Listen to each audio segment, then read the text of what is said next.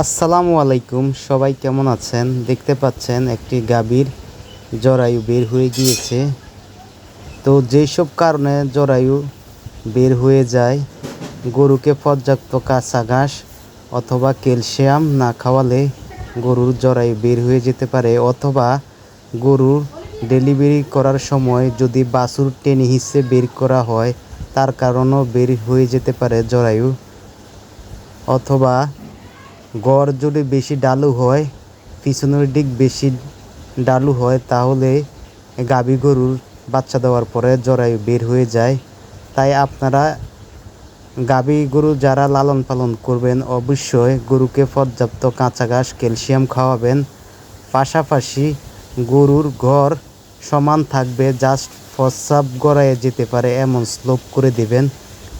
আপনাদের গবাদি পশুর যে কোনো সমস্যায় পরামর্শ পেতে আমার সাথে যোগাযোগ করতে পারেন, অথবা আপনাদের গরু এবং ছাগল ডাকে আসলে এসিআই উন্নত মানের সিমেন্ট দ্বারা কৃত্রিম প্রজনন করা হয়। মেহেদী হাসান, LA, ACI।